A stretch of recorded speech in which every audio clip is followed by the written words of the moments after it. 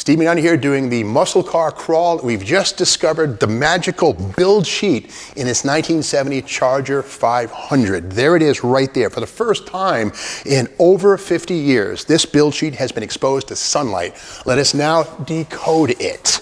And keep in mind, build sheets are the things that are the DNA of any car. Let's bring in Dan Marinelli. He's the owner of High Octane Classics here in Auburn, Mass. How's everybody doing? This is amazing. It is. It really is. I mean, I wish I didn't have the coat on. I get the chills, a couple of goosebumps. I mean, I've never seen one that perfect. A build sheet. Now, here's the thing. Nick Tapp, of course, general manager here at High Octane Classics. Now, here's the thing. What you don't want to do is just rip it out of there, because you will rip it in half. This is very brittle paper. We can see it's been in here for a long time. And if you just pull on that thing, you're going to wreck it. So instead, what we'll do is bring a bunch of hands in here. And if you guys will lift on the springs, and we'll bring in real close. Yeah, do that. I got it. And I'll come in here like a surgeon. I kind of feel like we're in King Tut's tomb. Yes. Yep. So we'll do this. We'll bring this up and out. And there it is. This is it right here, the build sheet. And you can see where the springs began to rust. More often than not, what happens with these things is the form of the seat will be found inside of the sheet. And sometimes they're torn in little pieces, but this car has been indoors all of its life. So let's now do this. Let's put it right there like that. And let's do some quick decoding. Now here's the thing, I always like to say, fill your library before you fill your garage. Now these are resources. These are the old Gale and Govey or white books, and these tell you things like casting numbers and information, production numbers and stuff. These are quite old, 1994, but the information's still good. More recently, Dave Wise of MMC Detroit does books like this, the B-Body Field Guide, 68 through 70. And these things can be found online. They're very reasonable. The thing I love about these is these have pictures, shots of the VINs, where they can be found, color combinations, correct tags, all the information you might want. But most importantly, in the back are the codes.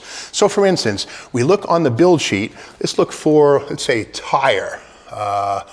Tire, where's tire? I mean, basically every single piece of information here. Okay, tires, T87 right there, T87. We come here, T87, F7014 raised white letter. So again, the spare tire we saw in the trunk of this car in the first video, and you got to see the other two, by the way. This is the third of 3 videos. Check them all out on Hunting for a Build Sheet. But again, this car had a raised white letter F7014 spare in the back. It's the original tire, confirmed by the build sheet. The engine on this one here, let's look here. This is engine 070. That's the 383 2-barrel. And transmission 32, D32 for the heavy duty torque flight. So here we have it.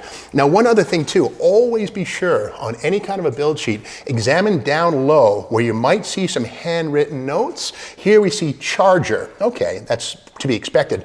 But in some cases on Charger Daytonas, it'll say NASCAR. In fact, I even saw a 68 Hemi Roadrunner where it said 1 headrest. And sure enough, it was a bench seat car with a headrest on the driver's side only, 1 headrest. So the build sheet has more than just inked in numbers. There can be hand and inked in memos at the bottom, which can add major interest and intrigue to your car. So that's the story of the build sheet on this 1970 Charger 500 here at High Octane Classics. Just goes to show, you got to dig in deep and don't assume anything. And beyond all of that, never be in a rush to remove or find the build sheet in your car. Take your time, because if you lose it or wreck it, there's no other one. So if you like this video, be sure to subscribe to the Steve Marinelli YouTube channel and keep on hunting.